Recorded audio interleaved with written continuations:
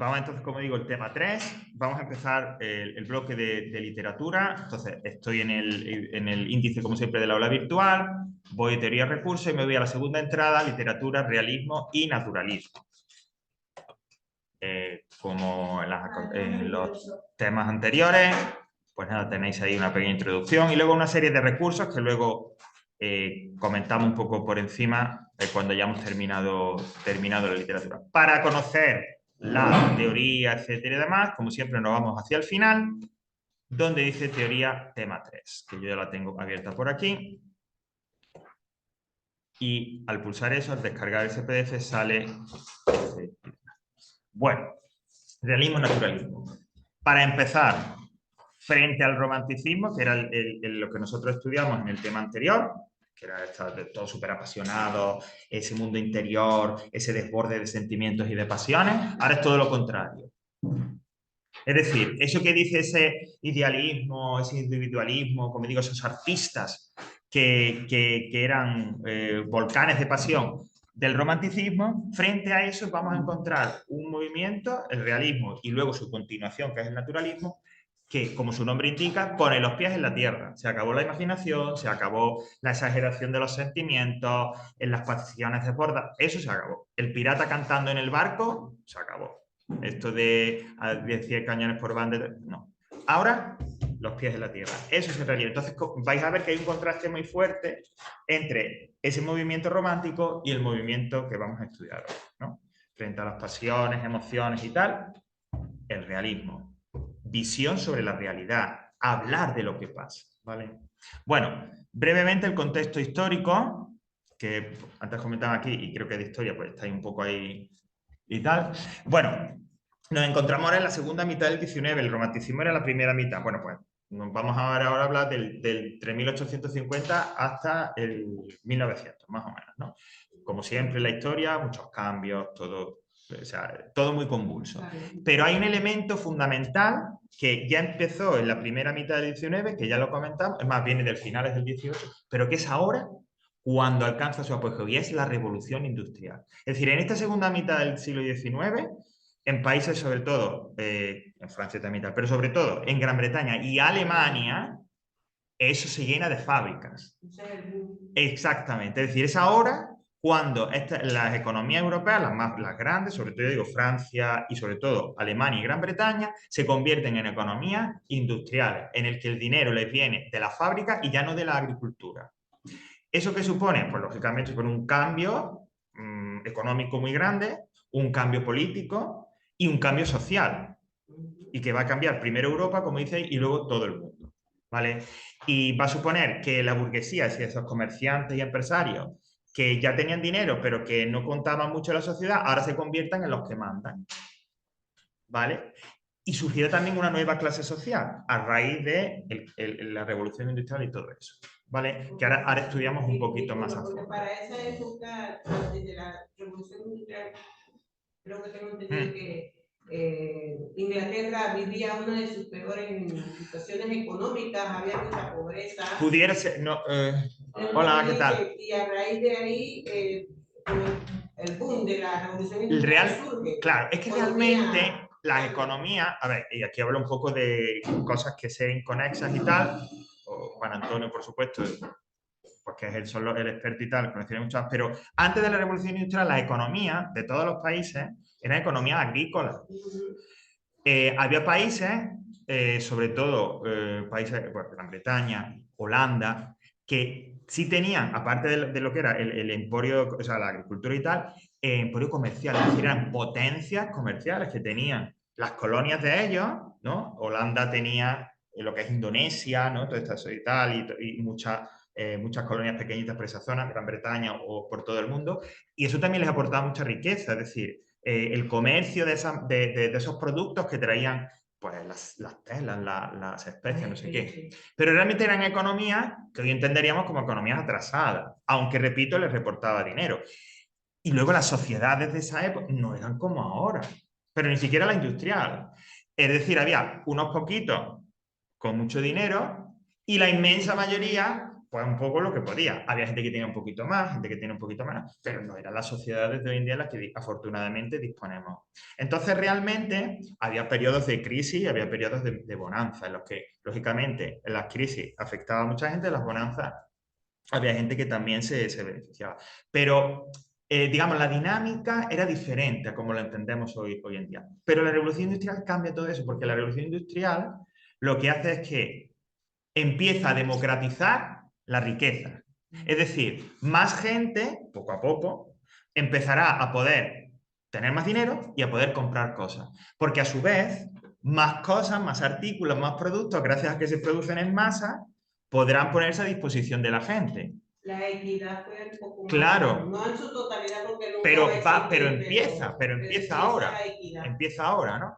A ver, antes de la revolución industrial, por ejemplo, y alguien decía, un vestido, voy a decir, pues un vestido te lo tenía que hacer un sastre o lo que sea. ¿Quién podía pagar eso? Pues hijo, el señor o la señora. Cuando llega la revolución industrial y todo eso avanza y empiezan esos telares, porque de los primeros productos que se someten a los procesos industriales son las telas, eso empieza a producir tela y tela, y lo que antes te costaba pues un ojo de la cara, ahora, como se produce en masa para mucha gente, cuesta menos. ¿Quiere decir que todo el mundo puede comprarlo? No, pero si antes podía comprarlo uno, ahora lo pueden comprar a lo mejor 10. Vale, un poco esas son las historias. Vale, bueno, España, como siempre, yo siempre me remito a aquello que dijo el franquismo, de Spain is different, y entonces España, que todavía sigue siendo, bueno, ya no tanto, ya porque para 1850 muchísimas de los que eran colonias Latinoamérica ya tenían su independencia y ya no tal. Es decir, España ahora, como dice totalmente en decadencia, de segunda fila, país atrasado en todos los sentidos, y realmente cuenta ya muy poco, porque si contaba algo era por todos los territorios que se controlaban en Latinoamérica, pero después de las independencias, que eso se produce fundamentalmente en la primera mitad del siglo XIX, pues claro, ya España no. En este segundo periodo del XIX, que yo ya dije que el siglo XIX es un momento de mucho, o sea, en España, de muchos cambios, revoluciones y tal, pero hay dos momentos muy importantes. Uno es lo que llaman el sexenio revolucionario, 6 años, y esto lo estudiaréis supongo, del 1868 a 1874, en el que España es un caos, porque hay una revolución en el 68, la gloriosa que le llamaron, destronan a la reina Isabel II, y entonces ahora viene primero se trae un rey de Italia, a medio de Saboya, luego hay una república, luego esa república, bueno, un desastre absoluto. Hasta que en 1875 el hijo de Isabel II, que estaban exiliados en Francia, hay pues una conspiración política, militar y tal, y recuperan el trono. Y entonces España, a partir de 1875, por eso es lo de la restauración borbónica, se convierte nuevamente en un reino. Ese periodo final del siglo XIX, como dice ahí, es un periodo un poco más tranquilo. Es decir, España, pues la estabilidad, hay un poco más de estabilidad política, no hay tantas revoluciones, no hay tantos pronunciamientos militares, pero eso no quiere decir que los problemas desaparezcan. Sigue habiendo problemas, sigue habiendo enfrentamientos, pero un poco más calmado. Empiezan a crearse las primeras fábricas, empiezan a abrirse, es decir, la revolución industrial empieza a llegar a España, estamos hablando del final ya del 19, y concentrado en unas poquitas cosas y demás, ¿no? Es decir, un periodo como de más calma política, social, no hay tantas huelgas, no hay tantos, como digo, enfrentamientos y demás, pero los problemas de España seguirán ahí, totalmente, ¿vale? Bueno, pues eso es un poco así en general, teniendo en cuenta que la clave del cambio en esta segunda mitad es la revolución industrial, ¿vale? ¿Cómo afecta eso a la sociedad? Pues que la sociedad cambia completamente. La sociedad esta del antiguo régimen de Dios, patria y rey, eso desaparece y tal, ya no son los nobles, la iglesia, etcétera, los que mandan, sino que ahora eso ya se democratiza, ¿vale? Empezarán a surgir sociedades donde hay partidos, donde hay elecciones, aunque todavía de una manera muy primitiva, es decir, nada que ver con lo que tenemos ahora.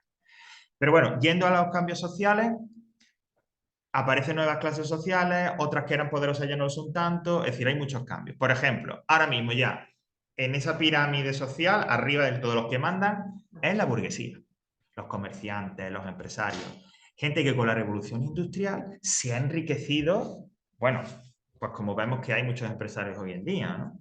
Si se convierten y amasan auténticas fortunas. Y es cuando surgen muchas de las grandes familias que aún hoy en día siguen teniendo un nombre, ¿no? Porque son propietarios de tal empresa o hicieron tal fábrica. Claro, como ya tienen el poder económico, pues lógicamente dicen que el que manda soy yo. Y ellos se convierten, sobre todo a través de los partidos políticos, a través de la influencia que ejercen sobre los diferentes sectores de la sociedad y demás, se convierten en los que mandan. Y nada ocurrirá en los países más industrializados, como digo, sin que lo decida la burguesía, ¿vale? Ellos son los que, por lo tanto, gracias a ese poder económico, lo convierten en un poder social y en un poder, el poder real. Ahora ya son los que mandan. La burguesía es la que decide. ¿Dónde quedan los que eran antes los que mandaban? El rey, los nobles. Bueno, hombre, todavía siguen siendo importantes. No es que de un plumazo dejen de ser, pero claro, ya no mandan tanto. El rey, sobre todo casos como por ejemplo en Gran Bretaña, donde nunca había habido un rey así absoluto, y al que hubo le cortaron la cabeza, pues lógicamente, bueno, pues tiene que someterse a, digamos, a los procedimientos democráticos, a los parlamentos, etcétera y demás, ¿no? Y recordad, la burguesía ejerce su poder a través de eso, de los partidos y de ese tipo de cosas y tal, ¿vale? La nobleza también, la nobleza nota muchísimo más esa pérdida de poder social, no tanto de riqueza. Los nobles siguen teniendo su dinero. Es más, muchos de ellos los que se convierten son en empresarios. Si hoy repasáramos a lo mejor muchas de orígenes de empresas o nombres que, por ejemplo, en Madrid hay muchos nombres de tal, ¿no? El Marqués de Salamanca, no sé qué. ¿Y eso por qué hay ese nombre? ¿Y eso por qué esa empresa? Bueno, porque muchos nobles se meten en proyectos empresariales y fundan empresas, se alían con familias ricas y fundan una empresa, llevan proyectos inmobiliarios, ¿no? Por eso lo del Marqués de Salamanca, ¿no? Salamanca, el barrio de Salamanca, porque fue un proyecto inmobiliario que impulsó un noble, etcétera, etcétera. O sea que se tienen que subir al carro de los nuevos tiempos, porque si no, nada. Y aquí viene la otra gran novedad, pero por abajo. Surge la revolución industrial, las fábricas necesitan gente, obreros, que tal. Hay mucha gente que pasa del campo a la ciudad, es decir, que ya no pueden vivir de lo que les da la pequeña tierra, la agricultura, ¿no? Y tienen que irse a la ciudad, a las fábricas a trabajar. Las fábricas y los barrios cerca del entorno de las fábricas donde se acumulan estos obreros, ¿no? Pues se convierte en una zona insalubre, muy contaminada. A ver, esto de hoy en día de, ay, la ecología y demás. Ecología.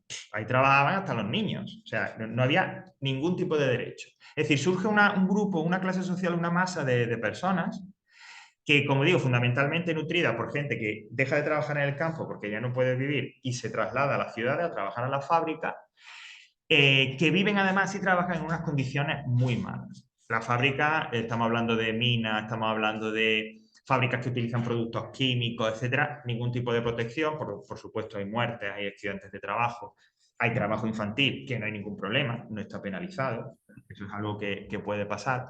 Es decir, se encuentran que su única forma para sobrevivir es trabajar en las fábricas, pero es una vida insoportable. Pero ya no solo dentro de la fábrica, sino luego porque ¿dónde viven? En cuartuchos insalubres, hacinados, de repente una habitación para 4 viven 10 personas, etcétera, etcétera. Y todos los problemas derivados de eso, alcoholismo, crimen, violencia sexual, etcétera, etcétera. ¿Esto qué ocurre? Pues que lleva a que en un momento haya gente, mente lúcida dentro de ese grupo, dentro de esos obreros, etcétera, que diga, joder, esto hay que hacer algo porque es que esto tenemos que hacer algo para cambiar, esto no puede ser vida. Y, sobre todo, hacia finales del siglo XIX surgirán ya los primeros movimientos obreros, los sindicatos, etcétera. Es decir, este es el origen de lo que luego se llamará proletariado o clase obrera, ¿vale? Que ya, sobre todo, a principios del siglo XX es cuando ya explota y demás. Entonces, eso en cuanto a la sociedad. Importantísimo, por lo tanto, que es la burguesía la que corta el bacalao ahora, ¿vale? Que las otras clases sociales, como veis, también tienen su relevancia, pero lo importante son ellas. Mira, es un momento en que ¿por qué se produce esta revolución industrial? Bueno, pues porque hay gente que invierte y tal, y porque hay avances tecnológicos. Es decir, se desarrollan máquinas que hacen, por ejemplo, que hilan rápidamente, más fácil y más rápido. Se mecaniza. Eso es la base de la revolución industrial. ¿Por qué se mecaniza? Porque hay avances tecnológicos. Por lo tanto, es un momento en el que en Europa, sobre todo, porque de aquí es donde surge la evolución industrial y luego ya se traslada al resto del mundo, pero es un momento en el que la ciencia es Dios. Es más, seguro que hay mucha gente que incluso piensa que todo tiene que ser ciencia, es decir, se cree que la ciencia es capaz de resolverlo todo. Entramos en un periodo que llegará, sobre todo hasta la Primera y Segunda Guerra Mundial, en la que la tecnología, los avances científicos son tantos y tan importantes y traen tantos beneficios a la gente que la sociedad piensa que el futuro es brillante, porque cualquier problema que haya, la ciencia lo resolverá.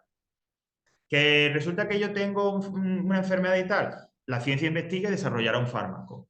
Y ahí está. Entonces, la ciencia, como digo, lo científico se convierte en algo fundamental en la sociedad.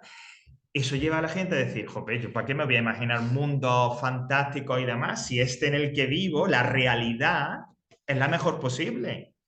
Todos mis problemas se van a resolver. Claro, eso lo puede decir el que tiene dinero para permitirse. Pero es así, ese es el pensamiento que empieza a permear a la sociedad.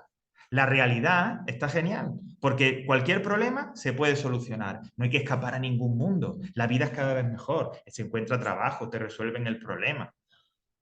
Eso hace, como digo, entonces, que, sobre todo en Occidente, haya esa idea como digo, hablando un poco así más tarde, de poner los pies en la tierra. Como dice, hay una visión realista y científica de la vida. Todo pasa por la ciencia. No hay que imaginarse cosas, no, quizás no. La ciencia, la tecnología. Bueno, eso lleva a que haya dos corrientes de pensamiento que además se reflejan en la literatura, y por eso las mencionamos aquí, muy importantes. Una que es el positivismo, que el positivismo dice, mira, para avanzar, para hacer cualquier cosa, como dice ahí, es observar y comprobar, que es el método científico.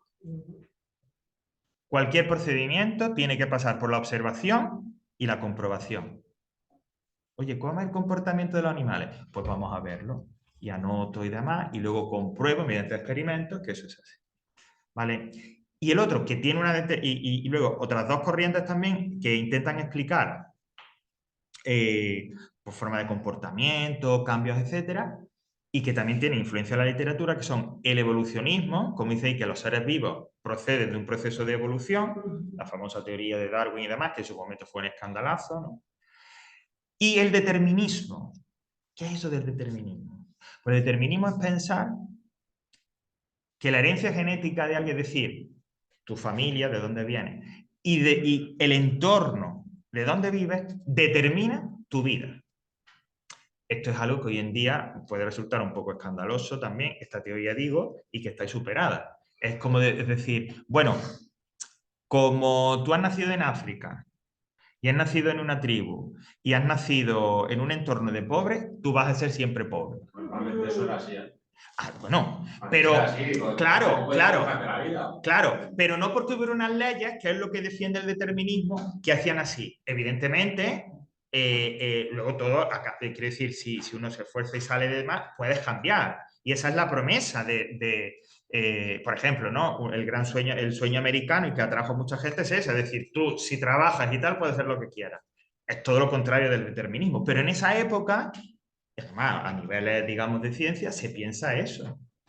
Por ejemplo, pues si tú eres el obrero que has venido de la fábrica, o sea, que has venido, perdón, del campo, estás en esa fábrica, tu hijo va a ser un obrero, va a estar en esa fábrica y se va a morir de lo mismo que tú. No va a poder escapar de eso. No, eso no tiene sentido hoy en día. En el determinismo tengo que haber salido ese refrán que dice, hijo de culebra nace picando. Bueno, claro. O sea, si tú naces de una culebra, claro. seguirás siendo culebra. No, claro.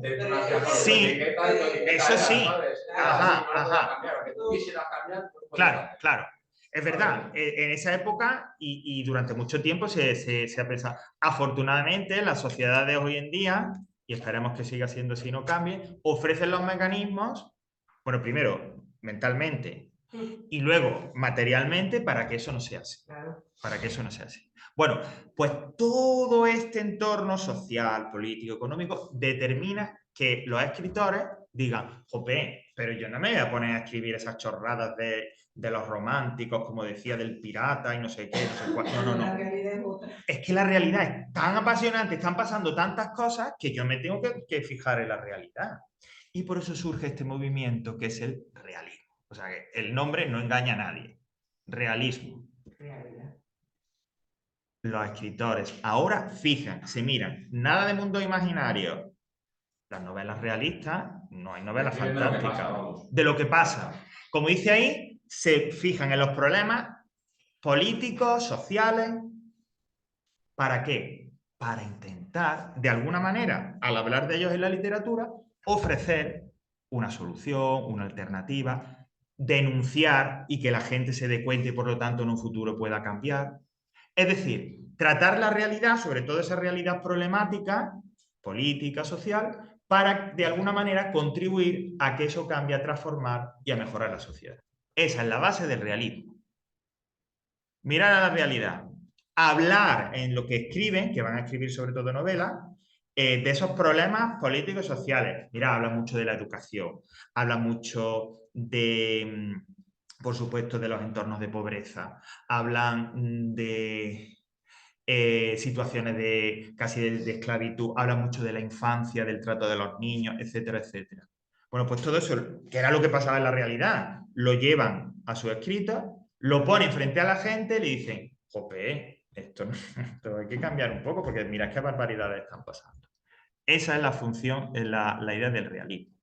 Y como digo, esto lo hacen a través de la novela. Mira, el realismo no vamos a hablar de poesía, ni vamos a hablar de teatro y demás. No, no. La novela es el momento de las novelones, de esos novelas de 1000 páginas que dices tú, hostia, ¿y cómo me leo yo eso? Y lo que le engancha a la gente. Y lo que le engancha a la gente, exactamente. Porque es algo cotidiano también. Porque, ¿no? jope, es que exactamente porque es algo cotidiano. O sea, cuando, mira, dicen los que escriben para películas, para los escritores y demás, dicen que lo que hace que alguien se quede viendo tu película y viendo tu novela, como dice Jessica, es que te identificas con eso. Jope, si yo estoy viendo en esa novela, están hablando de lo que me pasa a mí todos los días, pues yo me quedo con esa novela.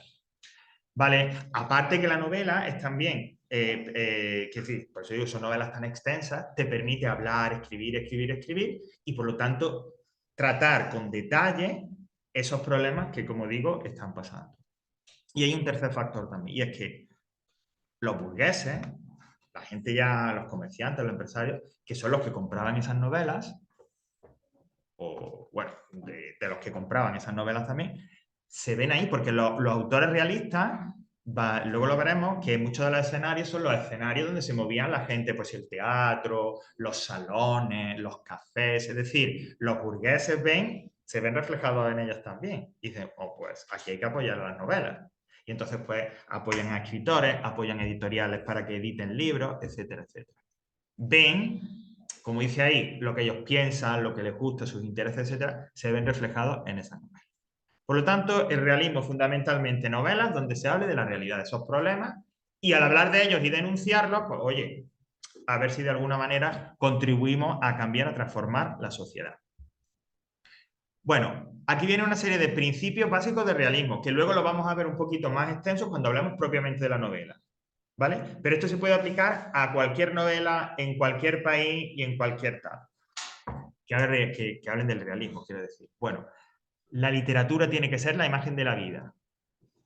Lo que se escriba tiene que ser lo que pasa en la realidad. Donde vayan, los vestidos, los cómo hablan. Todo tiene que ser conforme a la realidad, como dice, de manera objetiva. Nada de inventar, nada de hacer cosas fantásticas. Aquí no vais a ver, o no es muy común, o las novelas de más éxito no tienen fantasmas o mundos imaginarios. No, no, no, no. La realidad, objetividad, reproducir lo que pasa en la realidad. Y si es posible, hasta el más mínimo detalle. Entonces será ya el naturalismo. Precisión y verosimilitud, claro. Pero toda la idea es lo mismo, es reproducir la realidad como la viéramos por la ventana. El tercer punto es fundamental, porque es un punto y aparte en la literatura hasta ahora. Es el primer momento en la historia de la literatura en el que a los escritores les interesa el aspecto psicológico de los personajes.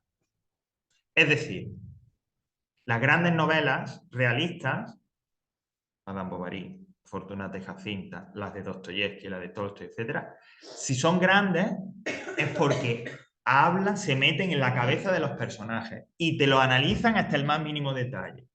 Sus obsesiones, las manías. Estas novelas nos descubren por ejemplo, como el caso de Madame Bovary, que tú puedes ser una dama, una señora, bien, mujer de un médico con cierta posición, y lo que quieres tú es buscarte un amante, es decir, que tienes dentro de la cabeza Ha habido cultos. todos esos contradictorios, es decir, es la primera vez en la que se lleva a la literatura de forma tan exhaustiva al ser humano.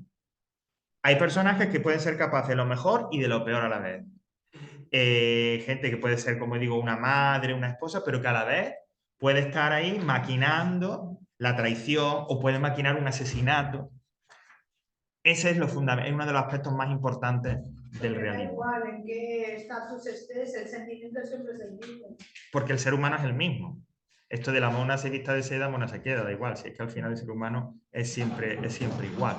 ¿Vale? Entonces, esto es muy importante. Te podía haber bajado el examen de Esto es muy importante, el aspecto psicológico, el interés, es decir, el análisis psicológico. Y los grandes escritores realistas lo son porque analizan a los personajes y te dan, a través de cómo los describen y a través de lo que te cuenta que hacen, te muestran ese perfil psicológico. Pues como somos los seres humanos, contradictorios, que somos capaces pues, de amar, de tener hijos, de tener no sé qué, pero también a veces decimos, voy a joder a este o lo que sea, ¿no? Eso es solo ser humano. Y en esa época entonces también surgen las novelas detectivescas y todas esas cosas, ¿no? Los géneros, la novela de género, detectives, la novela gótica, ya van a surgir también a partir de esta época. Van por otro lado, pero surgirán también a partir de esta época. Sí, sí. ¿Y eso qué realismo es? No. Fantasía. Eso, por eso no lo tratamos nosotros. No. Pero al calor también un poco, sobre todo, porque son géneros que surgen, que además surgen con, digamos, con muy poca consideración literaria, es decir, como que son de muy baja calidad y sobre todo de consumo rápido por parte de las clases más bajas. Entonces, claro, sí tiene sentido que surja ahora, porque ahora es posible un proceso industrial, incluso de impresión también. Entonces, muchas de esas novelas, de esas historias, que además son muy malas, malísimas, sí es verdad, ¿no? Porque la gente las escribía y tal, ¿no? Surgirán, pero ya digo, como pues, para producir, para que la gente consuma, pues como quien compra algo. Es decir, no hay una calidad literaria y tal. Es verdad que con el tiempo, luego, de esa producción se han salvado cosas y están los grandes escritores como Verne o como que no me sale, Emilio Salgari en Italia, o bueno, no me acuerdo del otro francés. Es decir, que son escritores que aunque producían literatura de consumo, lo que hoy diríamos un bestseller, pero que también tienen cierta calidad literaria. Pero eso van por otro lado, sí. Bueno, lo que decíamos, denunciar los problemas, los defectos, todo lo que pasa ahí, ¿no? Esa pobreza, la explotación. Denunciar lo malo que tiene la sociedad. E intentar de alguna manera decir, bueno, ¿qué se puede hacer para cambiar? En la forma en la que escriben, como dice, es sobrio. Son un estilo sencillo, objetivo, no hay grandes metáforas, no hay imágenes impactantes, no hay... No, todo es bastante objetivo, ¿no? Fortunato salió de la casa y se dirigió a través de la calle para... En ese momento llegó no sé cuánto. Por su cabeza iban pasando las imágenes. Es decir, un estilo apropiado a lo que te está contando, que es lo que pasa en la realidad. ¿Vale? Ya hacia el final del 19, este realismo, que por supuesto tiene mucho éxito, deriva o evoluciona en lo que se llamó el naturalismo, que un poco así para andar por casa diríamos que es como un realismo exagerado. Esas características que hemos visto se llevan ya al extremo. Y si el realismo te muestra la sociedad, el naturalismo te la mostrará, pero hasta el último y más desagradable detalle. La realidad exagerada. Sí. Si el naturalismo habla de un personaje que tiene tuberculosis, perdón, el realismo, el naturalismo te mostrará hasta el esputo que echa por la boca. Porque el naturalismo se centra fundamentalmente en las novelas, los textos naturalistas se centrarán en dos cosas. En ese determinismo que hemos visto, los escritores naturalistas les interesa mucho hablar de eso, hablar de si la persona realmente, su herencia genética, es decir, su familia, sus antepasados, han determinado cómo es, Y si el entorno social en el que vive, también. Es decir, si esos dos factores, de dónde vienen y dónde se mueven o dónde viven, determinan su condición, determinan a la persona. Por eso les gusta también mucho, como dice, los ambientes más sórdidos y de la sociedad, en todo lo que tiene que ver con enfermedades, con los bajos fondos, la prostitución. Todo lo más degradado de la sociedad aparecerá ahora en el naturalismo. O se mostrará de la manera más desagradable, más realista, más exhaustiva posible, ¿no? ¿Vale? Eso es el naturalismo. Es decir, es realismo, pero exagerado. Y centrándose en esas dos cosas, como digo, en si una persona, sus antecedentes familiares y el entorno en el que vive determina cómo es y no le deja escapatoria, no le deja ser libre, como decíamos antes, o bien, y todo eso cómo influye, o cómo decir, a partir de ahí, hablar o desarrollar la novela en esos aspectos más degradados, lo más sórdido, en los ambientes sociales más feos, digamos. Bueno, todas estas características que ahora vemos aplicadas a la novela, que vais a ver un poco que es muy parecido, lo mismo, nos llevan, como digo, a decir que el género y el que vamos a hablar, porque es el género por excelencia, y a partir de aquí es que la novela tiene la importancia que tiene hoy en día, es la novela real, es la novela, como digo. Es decir, es en este momento cuando surgen esas grandes novelas, esos grandes escritores, y comienza una tradición que hoy en día, ¿no? Pues 150 años después y demás, todavía sigue vigente. Hoy el que las personas que nos gusta leer y tal, sobre todo consumimos novelas. Sí, poesía, teatro y tal, pero sobre todo lo que se compre, si vais a una librería veréis, siempre son novelas. Mira, los grandes novelistas, ¿no? Desgraciadamente no tenemos tiempo, sino aquí me extendería un poquito más. Pero los grandes novelistas, los realistas son los rusos y los franceses. ¿Eso hay que quedarse con ellos? No. No. Lo que pasa es que yo, como soy un poco friki de esto, pues yo lo digo. Y está pues, bueno, es que hay que ponerlo. No, yo no te voy a decir quién era Stendhal. Ya. O quién era Honoré de Balzac. Pero bueno, que son escritores franceses. O los rusos, ¿no? Imagínate para aprenderse cómo escribir Dostoyevsky, que no sé, yo ahora mismo no sabría cómo tendría que mirarlo, o Tolstoy. Pero los grandes novelistas de la época son los franceses y los rusos.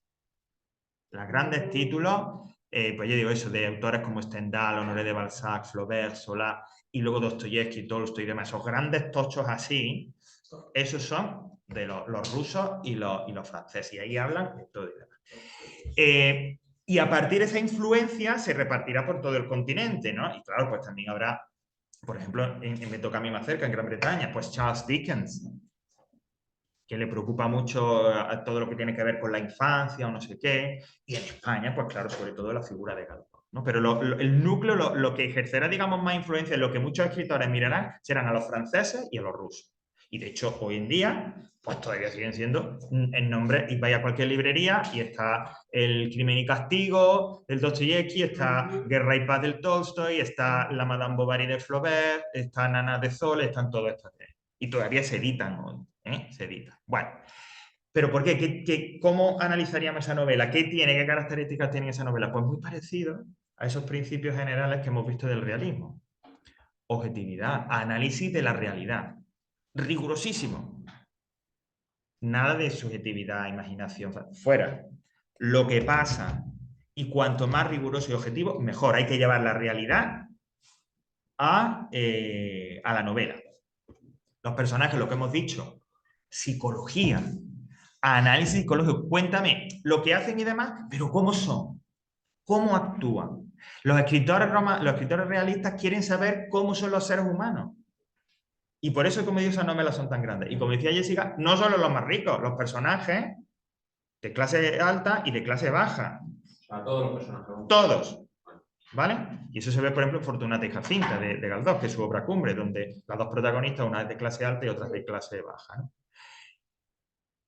Conforme a que tiene que ser objetivo y riguroso, los análisis, las descripciones, mejor dicho, de los escenarios, del ambiente, son muy detalladas. A veces eso es cierta vulgaridad, es un coñazo a la hora de leer las novelas. Porque se pueden tirar media página describiéndote el salón de té donde iban a tomar el té, o la habitación donde ella se encontraba con su amante, o lo que sea, ¿no? Pero bueno, tiene que ser muy riguroso.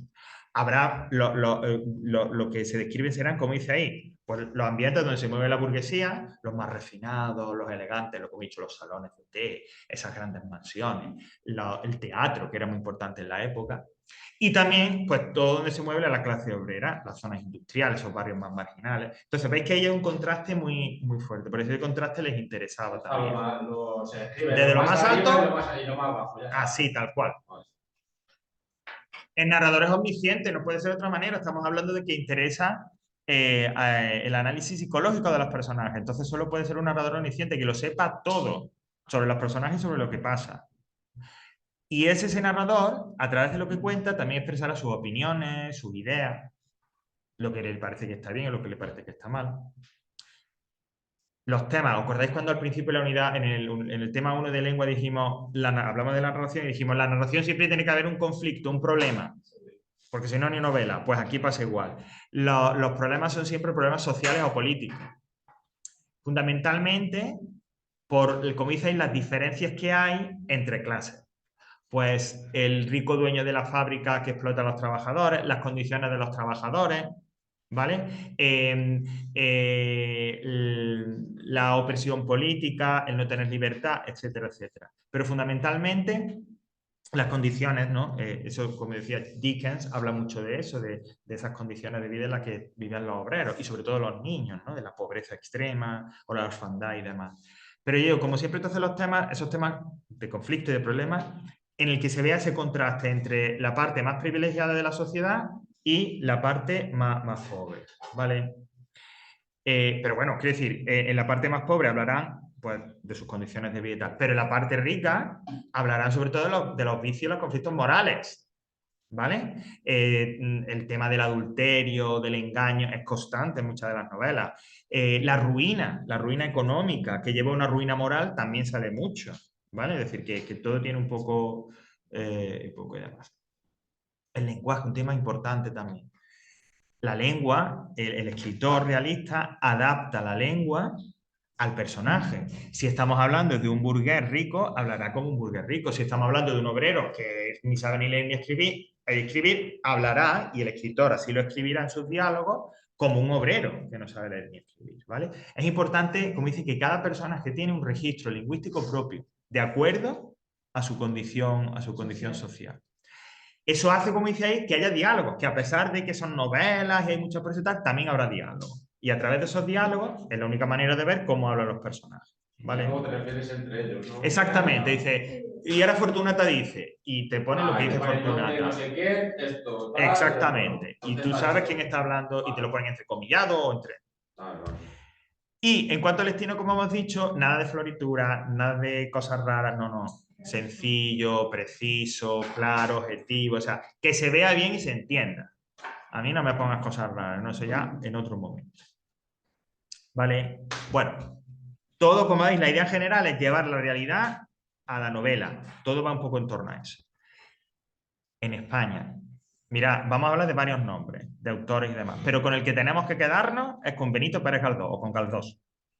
Ahora yo voy a hablar de que si no sé qué y de no sé cuánto, que si tal, no sé qué, pero del realismo el fundamental, Benito Pérez Galdós, con ese con el que hay que quedarse, que además aparecía en el billete de 1000 pesetas, los que hemos utilizado de las pesetas, ¿no? Bueno, hay como 3 etapas, aunque realmente a nosotros la que nos interesa es la segunda y la tercera.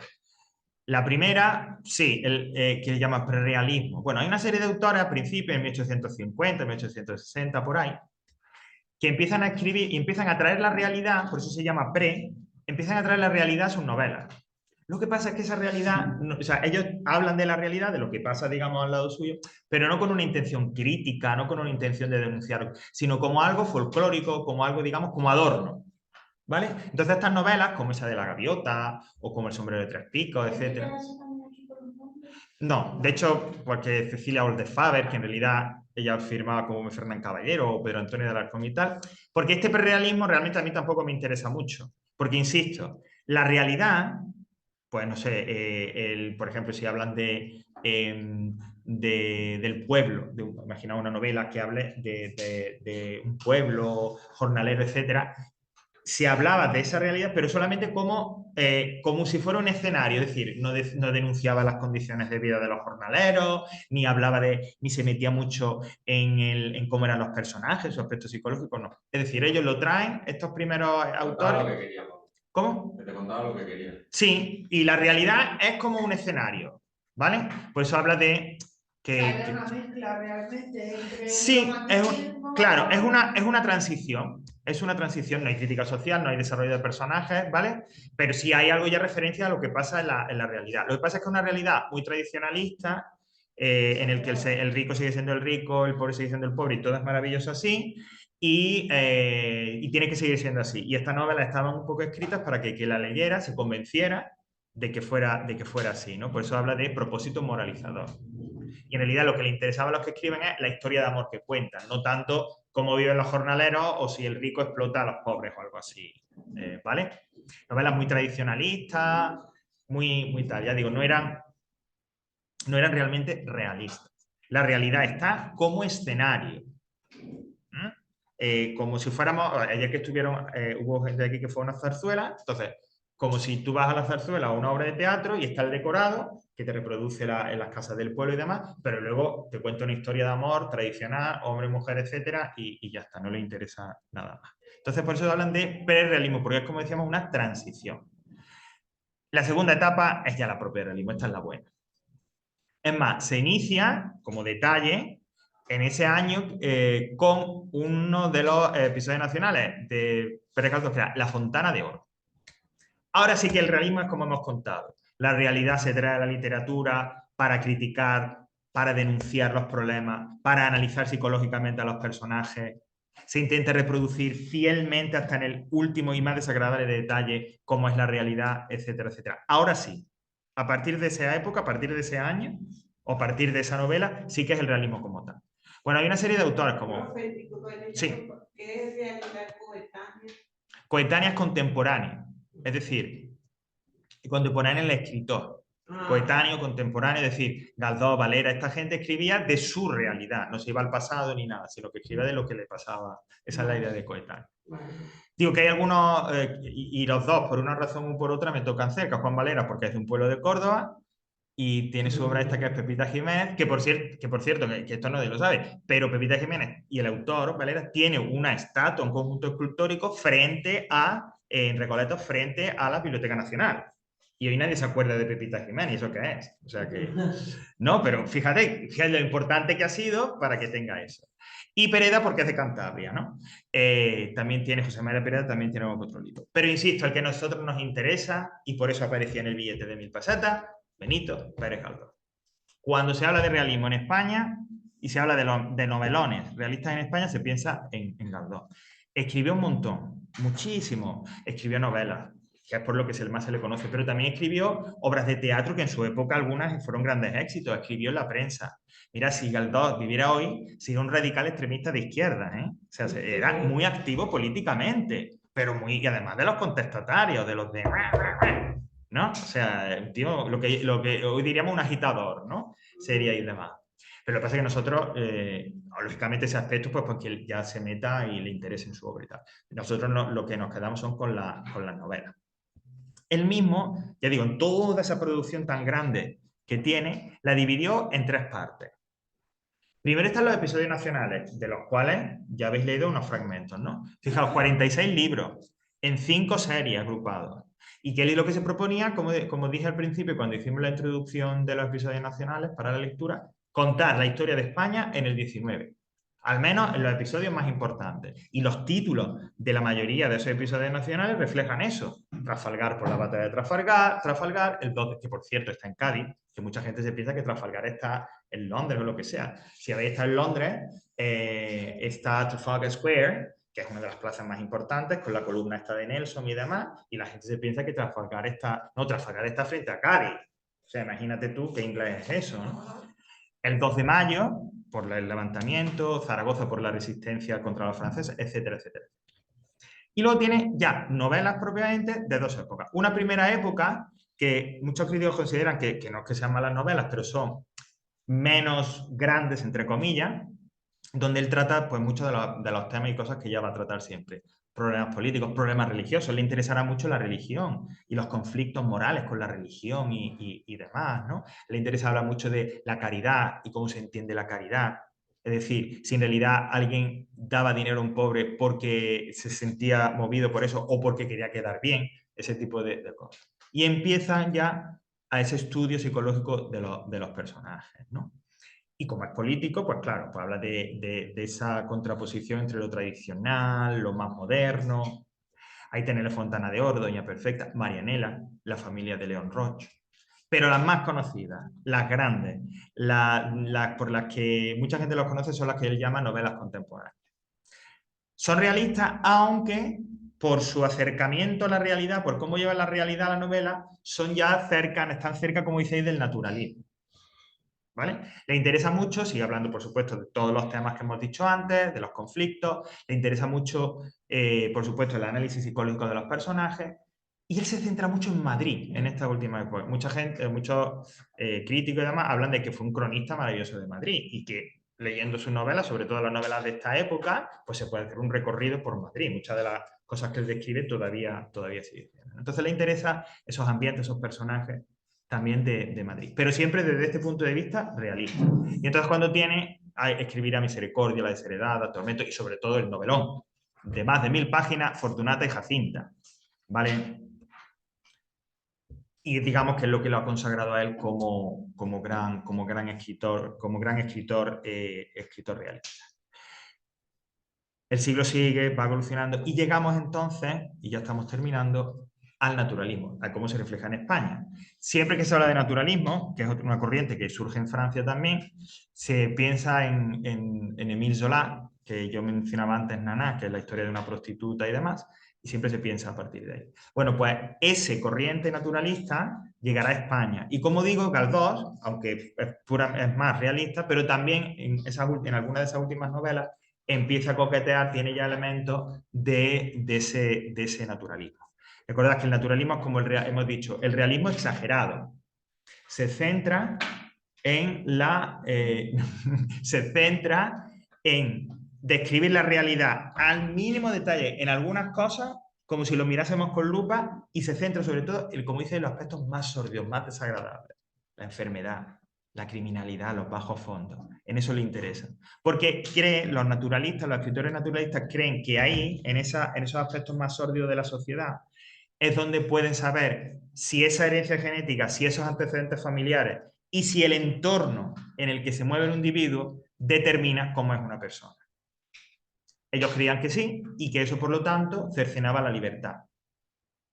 Entonces, en el caso ese de Naná, yo no he leído la novela, pero bueno, por lo que vagamente sé del argumento, la protagonista, como digo, es una prostituta. Lo que Zola querría analizar y ver es si el hecho de ser prostituta y por sus antecedentes familiares, que también venía de ahí, y por dónde se movía, por el entorno donde se movía, ¿no? Esos ambientes sórdidos de burdeles y demás, determinan que sea como es, se dedica a eso y al final muera pues como muere, ¿no? Eso es la idea del naturalismo. Porque a estos escritores decían, es que entonces la gente no es libre. ¿Cómo se puede solucionar eso?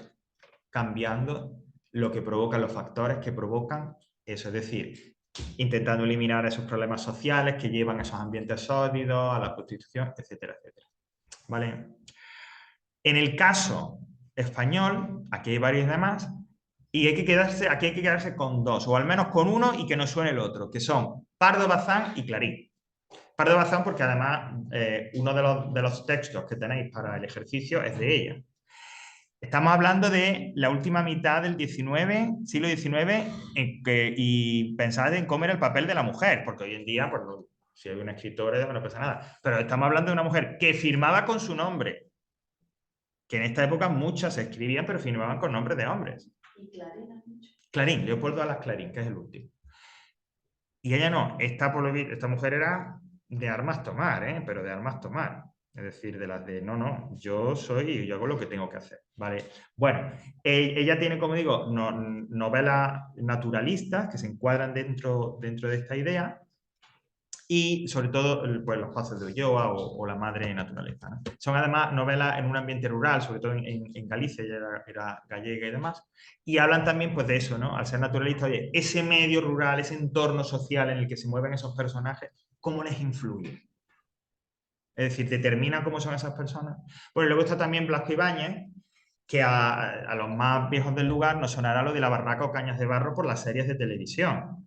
Este era, bueno, no me voy a detener mucho más, pero fue un autor muy importante que hoy casi nadie se acuerda, pero que fue una estrellona literaria de la época. Y en España se le conoce mucho a nivel popular, porque a principios de los 80, finales de los 70, hubo dos series que produjo Televisión Española, que son La Barraca y Cañas y Barro, que eso era paraba en España, ¿no? Y con lo que contaban y demás, ¿vale?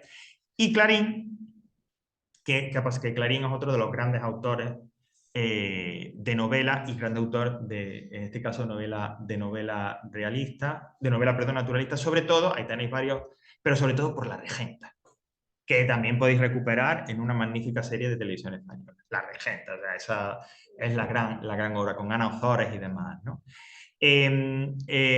Ahí vierte un poco, porque era un escritor naturalista, como digo, era republicano también, ¿vale? Y bueno, ahí pues esas ideas las vierte en su obra, ¿no? Aquí el ambiente sórdido no solo son los bajos fondos y demás, el ambiente sórdido es el de la sociedad elitista de una ciudad inventada. Él se inventa una ciudad que se llama Vetusta, que en realidad es Oviedo, porque él era asturiano. Entonces él se inventa que esa novela se desarrolla en la ciudad de Vetusta y él habla de esos ambientes, ¿no? Pues del dinero, de la burguesía, pero corruptos moralmente. Corruptos moralmente. Esa es la sordidez que aquí le interesa, ¿no? Ese ambiente como hipócrita, corrupto. Entonces hay una mujer por ahí, la protagonista, que es una de las grandes heroínas de nuestra literatura, que es Ana Ozores, que ella tiene un ideal de amor y lo busca y no lo encuentra, ¿no? Aunque lucha contra todo, y por eso digo que es una de las grandes heroínas, ¿no? Y hasta aquí el realismo, el naturalismo y todo el ismo. Ya se ha acabado. En lo que es la literatura. Vale, bueno, no sé si hay alguna pregunta, cuestión.